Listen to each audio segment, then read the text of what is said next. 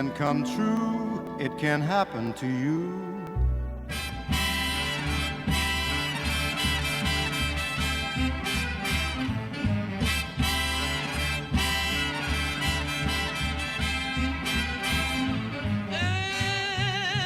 What you doing to me? You got me dreamy-eyed and mystified as I can be. Ooh, what you doing to me?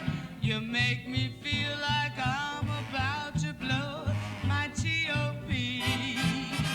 Oh, what a wonderful thrill. The day you popped the question and I answered yes. Once in a while, right in the middle of an ordinary life, love gives us a fairy tale. Some fairy tales are lavish and made in heaven, while others are made on a spreadsheet. In today's show, we are looking at two unique weddings in the case of the frugal bride versus the fairy tale princess. Elizabeth Kibaki and Eugene Obiero have known each other since childhood. They attended the same elementary school, then parted ways as Elizabeth left to further studies in the United Kingdom.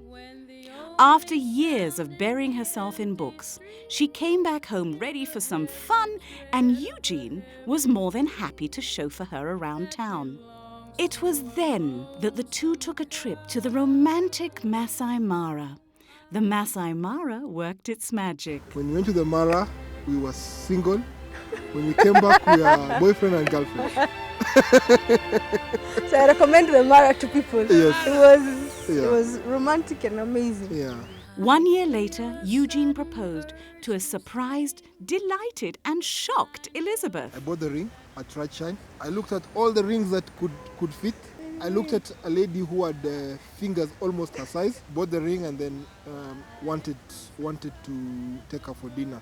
So she came over to my place and we were having dinner, and then on bended knees I proposed. I was in shock. But by that time, I think initially friends would ask me, what would you say if he proposed? And I'd be like, oh my God, please don't let him propose because I don't know what I'll say. But by that time, that was like a year into the relationship. I felt that I want to be with Eugene. I'd want to have a life with him and I'd like to get married. It's been 3 years, 1.5 years of being engaged, and this perfectly matched couple are ready to have their happily ever after fairy tale wedding. So when we now began thinking about, okay, you know what, or rather when he put an ultimatum, we need to now get married. Enough of enjoying, I'm engaged. With their big day coming up, the two lovebirds can't wait to have their 1,200 guests, comprising of family and friends, witness their public commitment of love when they say, I do. I discovered I like this fairy tale setting, a fairy tale wedding. And then for Eugene, the one thing that has to be there is we have to dance. So we have to have a wedding where dancing is a major component. With just 2 months left to the wedding, this fairy tale couple has brought on board one of Nairobi's toughest professional wedding planners, Valentine of Valchi Events. Bridezillas? I've never had a bridezilla. I'm the bridezilla for the bride. My bride is calm and collected and cool. I'm bridezilla. I fight for the bride. It's about managing the bride, getting information out of her, then taking that to the supplier and then accepting that you're going to have to stay on the supplier's back. Eugene is very macho. He's a quiet person, but don't rattle him because I've witnessed it. When a supplier tried to, just not take him too seriously and he put his foot down, he knows what he wants. Whereas with Elizabeth, with the kind of wedding that she wants, it's very fairy tale, very princessy. It's detailed in terms of she's thought about everything. She's thought about the experience that they're going to go through and the guests are going to go through. She has left the finer detail to me. For her wedding, I think that's what I'm going to try and portray. This bride and groom really wanted you guys to have a good time. And then there is Hannah, our frugal bride. The whole wedding is a low-budget wedding. She may seem like a cheapskate, but unlike many brides, Hannah is determined to keep her expenses to a minimum. You can really go out of your way to make a really expensive wedding, but if you're not paying attention to the details like, time, the guest list, the seating arrangement and everything, the food. I'd rather pay attention to that than having expensive flower arrangements behind a chair. And what of the groom? Hannah's fiancé Cyril is Dutch and loves Hannah's no-nonsense approach to the wedding. So how did this international couple meet? As fate would have it, Cyril was planning a trip to Sri Lanka and heard through mutual friends that Hannah is in the travel industry. They exchanged emails, and soon after Cyril paid a visit to Hannah in Bahrain. As it so happened, Hannah was training for the Bahrain half marathon, and being a marathon enthusiast himself, Cyril was glad to not only join Hannah, but also compete with her in the race marathon. They both completed the marathon, and while Cyril nursed Hannah's blisters from the race, their relationship blossomed into something more than just running friends. With friends and family from all over the world, the two have decided to celebrate their nuptials in a card-only garden wedding ceremony of not more than 100 guests. And that's another reason why it's on a weekday. Yeah, that already two couples have said both of them cannot make it, so they're sending just one. For what she wants, the bride has hired professional wedding planner Marian Abora for the job, and she couldn't agree more with her bride. So you cut down your costs, yet you still remain with your class. Now that's what we want. We want classy weddings, but we also don't want to have to spend so much that the next day we're wondering where we're going to get the money for the next ticket, or for rent, or for something else. So it's going to be a classy wedding. With the groom's family flying in for the wedding, Hannah has to balance costs and expectations. She wants everyone to have a great time, but also our frugal bride is counting every shilling, euro, dollar and cent. We had to do a safari, so yeah, they're paying a lot of money for the safari. That's when we're like, it's not fair. Anyway, in a nutshell, I don't care about flower arrangements that cost billions and we'll be left behind. I'd rather we keep time. Everybody has lunch in good time. After lunch, everybody has their choice of tea or coffee, and then everybody leaves by 5. Everybody should have gotten out of this place. And to deliver the bride's wishes, the planner is going down the frugal path with her bride all the way. They're a unique couple. They're not just going to get married, go for a honeymoon to Zanzibar or Mombasa and come back home and start. They have to think about flying back to their country. They have to think about their family that came down here. They have to think about how they're going to entertain their family when they're here. They have a safari to do, and all those are unique costs, and therefore a unique wedding, and therefore an informal one, yet classy. Yes, Coming up, Elizabeth and Eugene have a surprise up their sleeve. all the sadness And you just how feel. is Hannah and her planner going to pull off a low-budget wedding at the exclusive Lord Errol venue? Fall in love, for you can't take the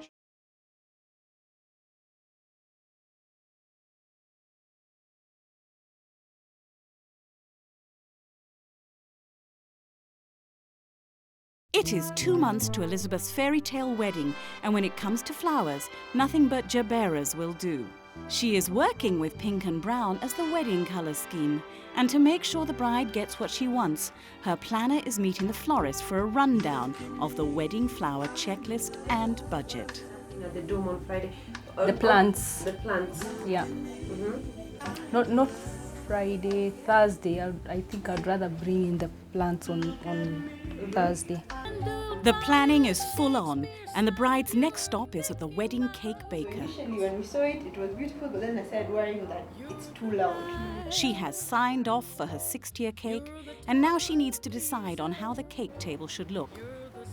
This is proving much more difficult than it sounds. The bride likes the ruffle effect created by the pickups on the cake table overlay and likes the bright fuchsia. But Val, her wedding planner, thinks the fuchsia is a glaring no-no. Her solution? Stick to the day's colours.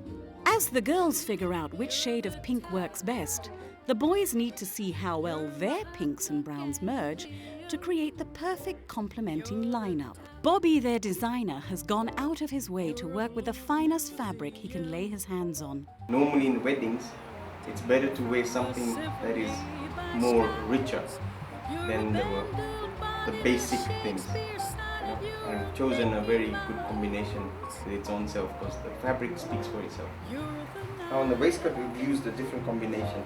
We've used the pink and we've used the brown because the groom and the bride are going to have a simple same combination as this one.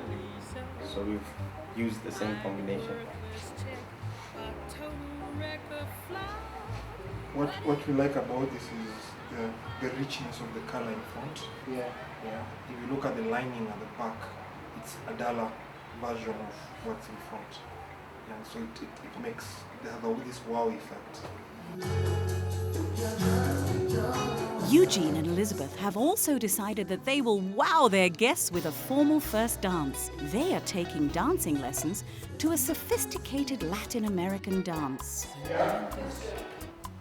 I showed them all the dances I do. Salsa, bachata, merengue, zouk, cha-cha-cha, rueda de casino, and at the end we just decided to do bachata. Bachata, it's a sensual dance, very intimate, emotional, and I've already started the choreography and we're yet to finish it. In the meantime, Hannah and her planner have got their low wedding budget figured out. For one, we don't need to bring tents. If we had gone to another venue, I'd have to get the tents. I'd have to get the seats. I'd have to get the tables. She's put the little details that, you know, that make everyone feel, okay, I'm wanted here. But that's not to say that planning this wedding is going to be any easier than usual. We've got such small things like the chalkboard, I think, which adds the fun side to it. With just 2 weeks left to their wedding, Hannah and Cyril's main challenge is how to merge their African and Dutch cultures into the wedding theme. And that means it's time for bride and planner to visit their wedding florist. But the bride is not about to spend even a shilling on table centerpieces. She is using fabric instead, and has made a point of carrying her animal print fabric to the florist. No, but it still works. We'll see. If it doesn't work, then we won't use it. This for the bridesmaids. Yeah, but in white. In white, yeah. In white, yeah. Well,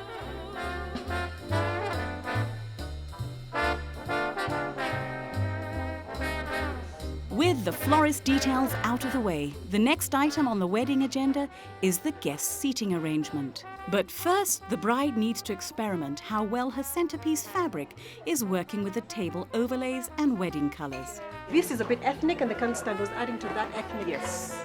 So once we see how both of them look, then you make the final decision and we'll go with what makes you happy. This could be working after all. Yeah, so let's go with the peach. I think the peach adds a bit more of color character and color. and color to the table, as opposed to just having it plain as we had it there. So we'll stick with it, and I always want my brides happy, and she really does want the peach, and so peach it is. There are no rules in weddings, and the only rule is to make sure the bride is happy. So Another reason why we're doing this, so I don't have to get Lydia to do centerpieces. It's about 200 bob each. So with 10 tables, with 200 bob, that's 2,000. That's 2,000 bob. Yeah, I'd like to have a nice arrangement, but why pay 200 bob and then leave it behind? Tiger or leopard print, Hannah is happy that her African heritage is strongly represented in the wedding. So how about the groom? this is leopard, and it's an animal. And so Actually, very African. I was corrected and told it's tiger. Tiger, yeah. You heard it yourself, tiger. It's an animal, in short, and it's animal skin. And that we all know is like African and stuff. Yeah. So that's the African touch to it. And then on the food, we've got things like irio, chapati, dengu. So that's We've the also African. got pasta, Yeah. blending. Then we've also got the English food, the pasta, the spiced rice, and whatever have you. And then at the front, or I think we'll incorporate it here, we've got those, what do you call them? Dutch clogs. The Dutch clogs, yeah, which will put the flowers, and that will add a Dutch touch. And a in case part you're of the wondering, wedding. my dress is Western, but my jewelry is African. But the evening party, I want to make it formal. I don't want people coming in jeans and sneakers and things sticking out. No. The seating arrangement, like everything else, is very informal. Okay, you've put here 4 tables. We're standing right here, right? These are 4 tables, each with 10. With 10, Correct? yeah? That's 40 people. That's another thing I want. I want to be able to mingle with anybody and to know everybody. I want to look around and know that I know everybody, or rather, pretty much everybody. But even more informal is the wedding cake. I get to pick up the wedding cake and drop it here. If she brings it, she's going to charge 2,000 to come and set it up. Why pay 2,000 to set up one tier? Lord Errol is already charging me for the dessert. So why should I go and pay 50,000 for a cake and Lord Errol has included cake in the dessert? So the deal was the cake is just for the bridal party and the parents, then everybody else will have cake from the dessert. Coming up, Lo and behold, you get busted.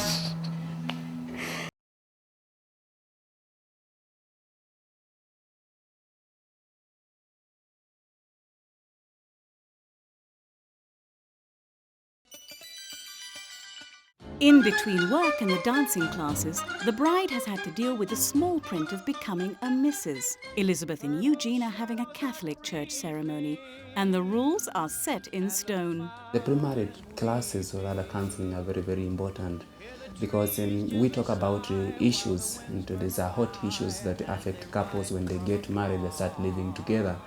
When people are courting, most of the times they're not so keen on those small areas that may affect them once they've settled down. Rules that, as Catechist Sammy explains, the bride and groom have followed to the letter. It's important that your marriage is both canonical and legal. Canonical means it has followed all the necessary form in the church, that the banns have been published for 21 days, and there's no objection to that. With reassurance from the church that theirs is going to be a valid wedding, all that the bride needs to top up her premarital know-how is one more advice session with the aunties. Some things are so overwhelming, you can even faint. I'd rather give you possible scenarios so that you can start playing them in your head in the event that I will. This is how I will handle it. After the grueling 6-hour sobering session, the bride is in for the surprise of her life. It is 1 week to the wedding, and Marion, the bride's sister and maid of honor, has kidnapped Elizabeth for a carefully choreographed event. She doesn't know, so we're also a bit anxious to see the expression she'll have on her face once she gets there. So even the ladies at the spa, they know that it's just, yes, there'll be a small crowd telling her, yeah, you're just having a spa, and then after that, once you're done, we all just go home. Yeah, so I think she's also a bit scared and anxious, maybe a bit disappointed because we haven't made such a big deal, although that's what she thinks. Yes. I'm waiting to see what happens after the blindfold comes off. With the pressure building up and time running out, the bride's sister pulled off a relaxing day at the spa. While the bride enjoys her relaxing spa moment, Marion has conspired with Elizabeth's friends to create the bridal shower to end all bridal showers. And after a relaxing 2 hours at the massage parlor, the bride has no idea what is in store for her.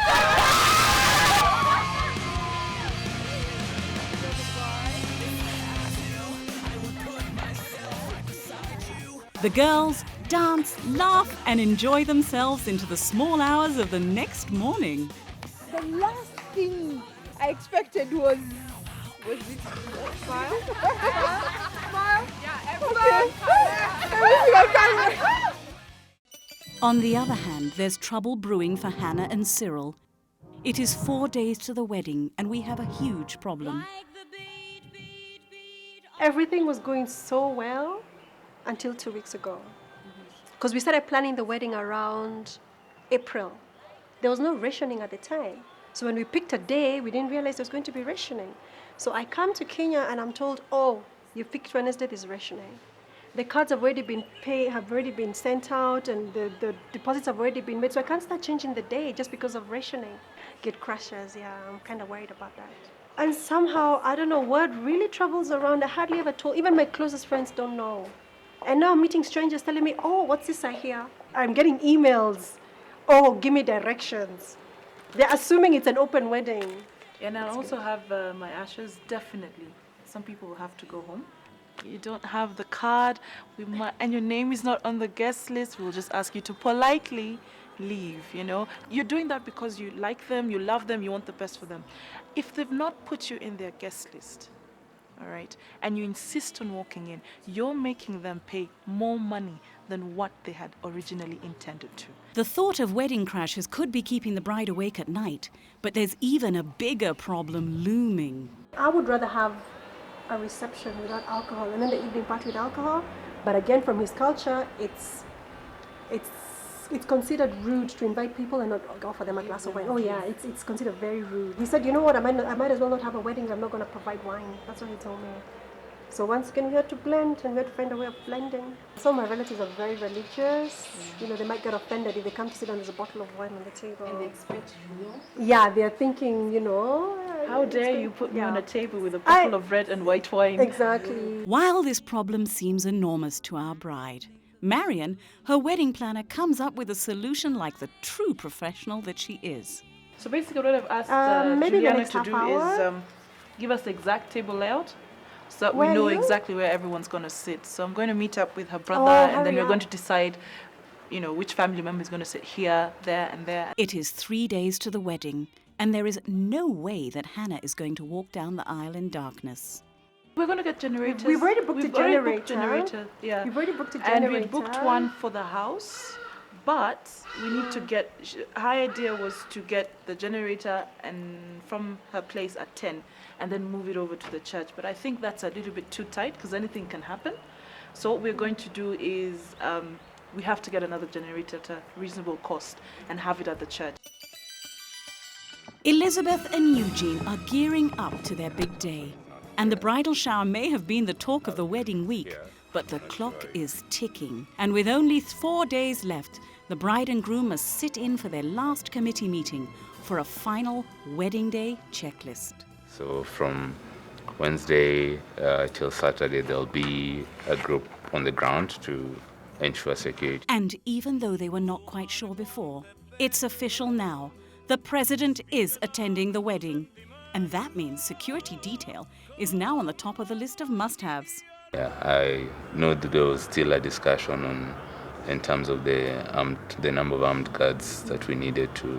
That's not finalized yet. Yeah. Okay, Val had a chance to go back on site on Saturday. When you're dealing with VVIPs, there's VVIP, then there's VVVIP, then there's VIPs. VVVIP is His Excellency. And he's got his protocol, and his protocol, you pretty much leave it to them. They don't really interfere. To ensure their day will be seamless, the planner has called a suppliers meeting for a thorough roles briefing. That done, the planner and her couple can rest assured that all will go according to plan on their big day. With 2 days to the wedding, there's just enough time for the bride and groom to deal with that small but very important detail, collecting their 18-carat gold wedding bands. The bands have been cut just the way they wanted.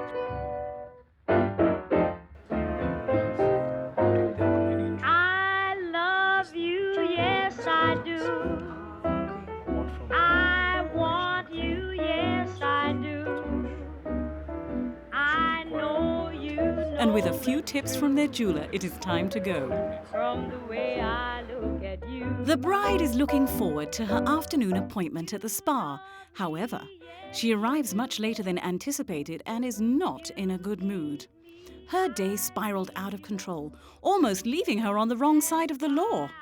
You see relaxing things that are not supposed to give you drama.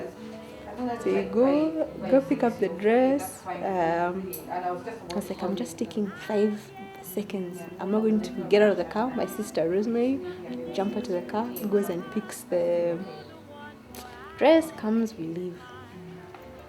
Lo and behold, and I've been working to help do some of these things with the council, they get busted. Hopefully I'll get a chance to chill and be happy. Elizabeth will be walking down the aisle to a special song that has been specifically timed to last her 10-minute walk down the aisle. To ensure perfection, the bride has to practice her walk in church during rehearsal. So at 5 p.m., the entire bridal party have lined up for the wedding rehearsal. 2 days to Hannah and Cyril's wedding. The groom is in town, But before 2 p.m, Marion, her wedding planner cum general, has lined up her commandos for a thorough run-through of the reception. So we have all the guest lists. Hannah is giving me the guest list, and then we'll know where everyone else is going to sit. But I will show you one thing. That very round table you see over there where we were, that's the high table. Okay, and then right on the left, that's where the Dutch guys are going to sit. And then on the right here, that's where the family, the parents of the bride are going to sit. It's welcome to Hannah's and Cyril's wedding. And I mean, you smile, but your job is not just to say welcome. Your job is literally to take them and walk them right to their seats. I will do the layout for you and we'll go through it again. Hannah and Cyril are travelling back home to Holland immediately after the wedding, so they have chosen not to have a gift registry. Come 2 p.m. on the dot, the bridal party is headed for rehearsals at the church. The bride is getting married at All Saints Kamunde, a beautiful small community church in Limuru. And being a stickler for time, every detail of her Anglican church ceremony has been timed to the minute. That means we have to be very strict on 11:30 or starting. So long because as you see it's going 5 minutes. Yeah, How long is your sermon? We agreed it was going to be 10 minutes maybe. Yeah, his sermons are usually, and trust me, his sermons are always short and sweet. Trust me, I've been to his church. 10 minutes. So let's assume 11:57. And it looks like she is not the only time-conscious person here. The Reverend may be okay with a 10-minute sermon, but when it comes to the procedures, in his church, things have to be done his way. Our program is very simple. We've agreed where the bride, groom and the best man will be. And the bride, of course, will... standing here like that? Yeah, you're standing here facing this way. This way? Yeah, this way, not that way. When they're waiting for the bridal party to come, yeah? When they're waiting for, I thought when they're waiting for the bridal party to come, they'll be like this. No, they want the... So they won't see us walking in then? Don't see her walking in. They want to see us. You want to see? Yeah, of course I want to see her us walking in. After the initial confusion, everyone is in agreement and the rehearsal can begin. Thank you. Coming up,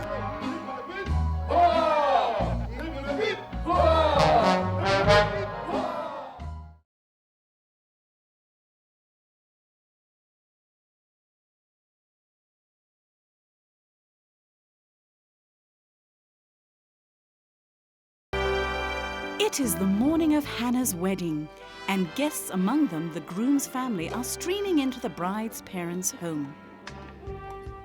The ceremony is set to begin at 11 a.m, and the bride is up and ready to dress up for church. She is wearing a simple white strapless gown, accentuated with neat folds on the bodice. The gown's bustier is encrusted with glass beads for just the right amount of sparkle. Yeah, the whole theme throughout, we're trying to show how we're blending the two cultures. So if you notice, I chose a Western style dress, but my accessories have a sort of African touch. You'll notice my bracelet, and I thought that my necklace has a sort of Maasai touch, and my earrings are Western, but I kind of felt that they also had a Western touch. And of course, I don't need to mention my hair. I chose to have my hair braided, as opposed to having a long weave. So this is more of an African style. She has characteristically accentuated her look with a cute but budget-friendly pair of ivory shoes. I didn't want to spend money on white shoes, and then I'll never wear them again. And besides, nobody's going to see them. I chose to do my own hair and makeup because I've seen some brides that look so different on their wedding day. But if I do my own hair and makeup, I'm doing it the way I've always done it. So I felt I'd be more comfortable that way. The plan is to be ready an hour before the wedding, but in the meantime, the bride can have as many memorable pictures in her childhood bedroom as she wants. You know, I'm a stickler for time, and I really want us to be on time for everything that we do. That's why, if you notice, I'm one of the few brides that has chosen to have my watch on this special day. I'm expecting to arrive in church and see my new husband standing in front, and he hasn't seen the dress, he hasn't seen the accessories, so I'm hoping he'll be pleasantly surprised. It's 10 o'clock, I'm supposed to be ready by 10, it's 10 on the dot, as you can see, and I'm ready. So let's go. At exactly the right time, the bride is all dressed up, and with her honeymoon bag in tow, the bride is more than ready to leave.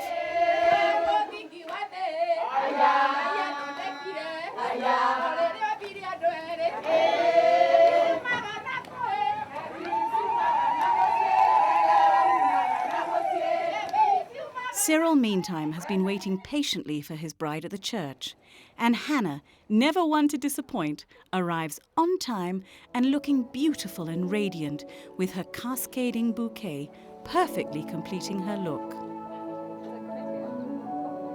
The bridesmaids make their way down the aisle.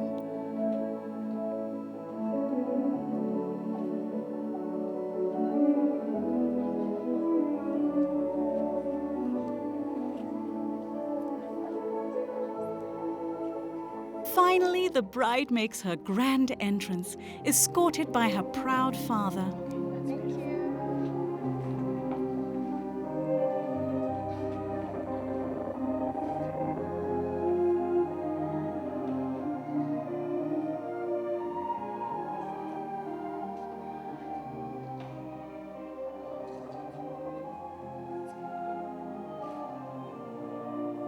And soon enough, Hannah and Cyril solemnize their vows.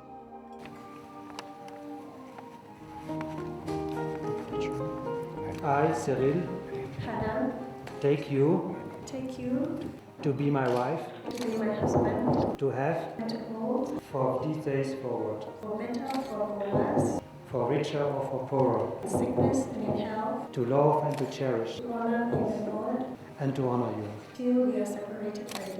according to God's holy law. This is my solemn vow to you. Amen. Amen. Don't we have any Kikuyus who know how to validate?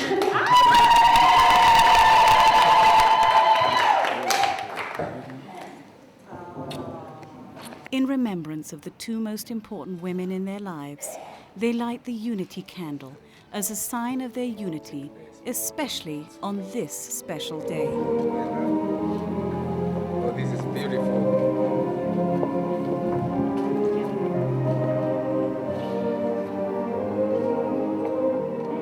With their certificates safely tucked away, the church ceremony is officially over, and congratulations are in order for the newly married couple. There couldn't be a better chance for family and friends to mingle and even steal some shots with the bride and groom. In the meantime, the reception is nearly set up, and as per the groom's wishes, the florist has turned the Dutch clog into a perfect flower vase for the guest table.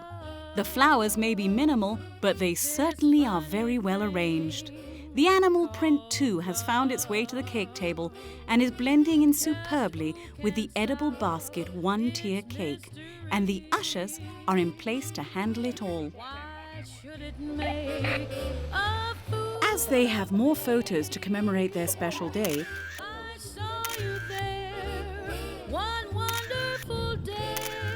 Everything went smoothly, and the ceremony, the service was great. Everything went perfectly.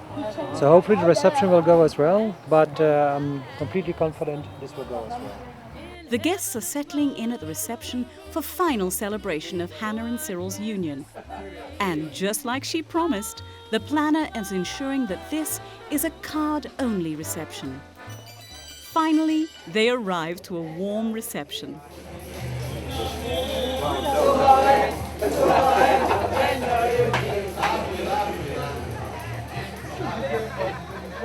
The guests have settled in readiness for the couple.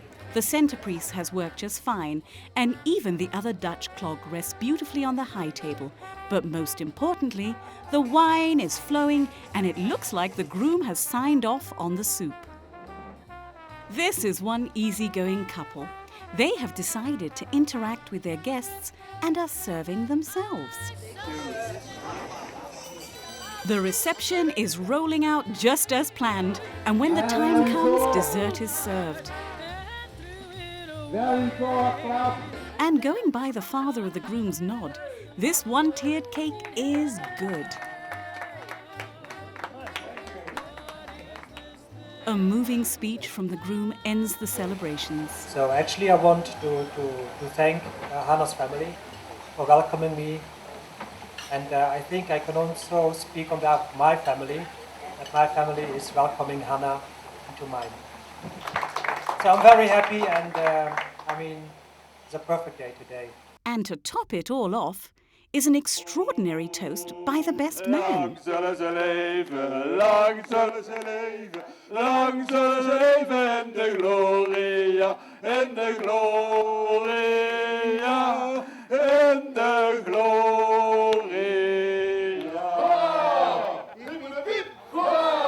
With the reception done, the couple's first dance is all the planner is waiting for. Newlyweds arrive, do their first dance, done. My work is done. It was a really interesting experience. I must say this is one wedding which is unique. Not only unique, there are a couple of things that went off, but it worked out better for the bride. Like today, for example, the music, there's a specific song that the bride had requested and she wanted it played just before the cake cutting ceremony. But what happened is the music was left at the church by mistake. But because I knew she was so specific about that song, I had to get one of my staff to dash back to the church, get that CD and bring it back. But according to the bride, everything went absolutely fantastic. What I could see from their faces and the way they acted, they had a brilliant afternoon. The church wedding was brilliant, it was beautiful. Yeah, we're very happy. So far we are very, very happy. But it's tiring, I can tell, everybody. And remember what I said about time? It was perfect. Theirs has been a perfect, practical day. As for Elizabeth, this is the big day and all things bridal are on at her parents' house. But it's a special day. I mean, even Kikuyus in those days. They had a kind of something similar. They had something similar. That whole night, they would put like the red soil, and then the next day they would look nice and soft. In the skin? Yeah. It would work like a mask. Oh my God! Yeah. Every tradition all over the world did something special. They didn't look the same. The same. Yeah. Actually, look extra special. Elizabeth has woken up on this fairy tale day with nothing but visions of success ahead of her. Her groom Eugene is a bit anxious though. However, with his best friend, a cousin, and soon-to-be brother-in-law by his side, the groom has just the right company he needs, especially today. This is my big day. It's once in a lifetime moment. And I want it to go perfect. And with their planner on site, nothing could possibly go wrong that cannot be fixed. The groomsmen are dressed in chocolate brown, and to blend in with the day's color scheme, they have matched their suits with baby pink waistcoats and cravats. The groom, however, has chosen to stand out in a beige suit, matched with a brown waistcoat and cravat. Everything is set up from the groom and his groomsmen's side, and with just one more thing to do, it is time to lock up. After almost 2 hours of makeup, Elizabeth likes what she sees, and it's time to dress up. She is wearing a beautiful tulle ball gown with embroidered lace overlay. The gown has a trendy corseted back and a chapel train length. Their love has come a long way, and their wedding day is a celebration of all they've been through as a dating couple and the promise of a long and loving future. I'm feeling very, very happy, very excited. I've been looking forward to this day for so long, and it was always next year I'm getting married, in 6 months I'm getting married, next week I'm getting married, and now I'm getting married today, so I'm really, really very excited. Her bridesmaids are equally elegant in a two-piece ensemble of long A-line skirts in chocolate brown, matched with baby pink corset tops. The mother of the bride is escorting her daughter down the aisle, and she too has chosen to coordinate her outfit with the day's colors. And as the singing outside suggests, it is time for her to hand over her daughter to the groom's family.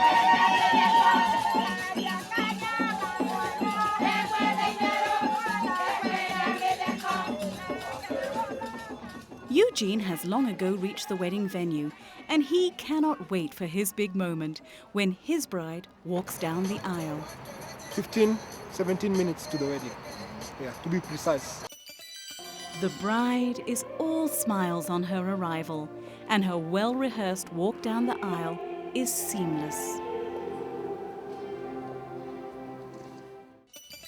Meanwhile, Meanwhile, at the Nairobi Arboretum Gardens, vendors and suppliers are working tirelessly to make sure the wedding reception caps off this perfect magical day.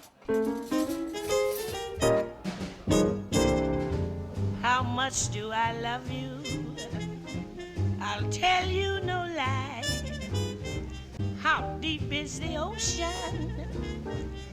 All seems to be falling into place, except one detail. The bride's favorite flowers are missing. We went through a lot to find jaberas, and now I'm just like, wow, a lot of carnations, which are not exactly her favorite flower. They were not supposed to be a single carnation. I had a freak out on Tuesday when my main jabera supplier, the biggest farm, told me that they had uprooted their lot. So I had to go now into the smaller growers and collect everything. All the vendors are putting their best foot forward. On your captain orders, please make sure you write the item and the barman will dispense it. Please, the waiters and waitresses, welcome them to your table, sit them, pull the napkins as usual, and pour the water. Let's just wow our guests, let's be very comfortable, let's make sure that everyone enjoys their day today. We have a fountain that just signifies, love forever. That's why they call it a fountain of love. And we put it in there for her just for the sound. When it's also soothing. On this particular wedding, the biggest challenge is we've got the VIP #1 coming for the wedding. So certain things have to change to be able to accommodate. After all, the head of state needs to be given the respect he deserves. As the vendors put together the setup, the bride and groom are finalizing with the official matters of the day. They are exchanging the standard Catholic Church wedding ceremony vows. Elizabeth, take this ring as a sign of my life and fidelity. In the name of the Father, and of the Son, and of the Holy Spirit. Good. Amen. Eugene, take this ring as a sign of my love and my fidelity. In the name of the Father, and of the Son, and of the Holy Spirit. Amen.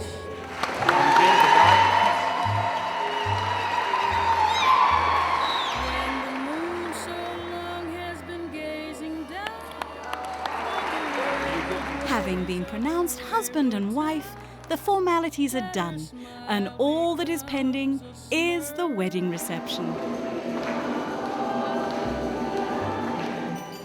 There is pomp and dance at the bride's arrival, and this is set to be one big party.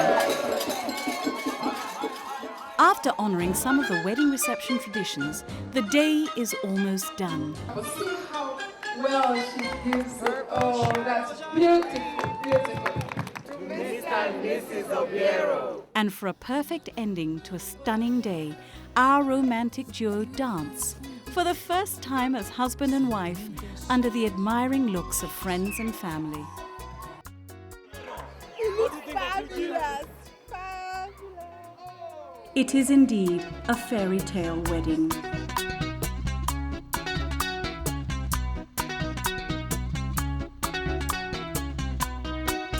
Por tus cartas del verano presentía que este año no vendrías a abrazarme y a nadie dije nada, que una melancolía me destrozaba el alma. Elizabeth and Eugene went on a 2-week honeymoon cruise to Thailand, while Hannah and Cyril went on safari with family and then flew back immediately to their home in Bahrain. Whether your wedding is large and lavish or small and frugal, whether your cake is 1 layer or 6 tiers, as long as friends and family are there to honor your special day, it is always a perfect wedding.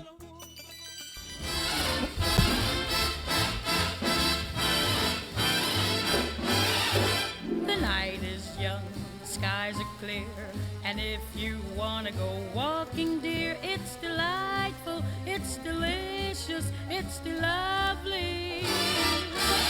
I understand the reason why you're sentimental, 'cause so am I. It's delightful, it's delicious, it's lovely.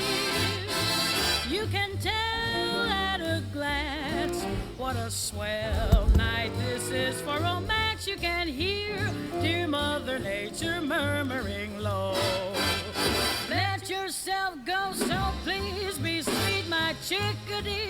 And when I kiss you, just say to me, it's delightful, it's delicious, it's delectable, it's delirious, it's dilemma, it's the limit, it's delusion.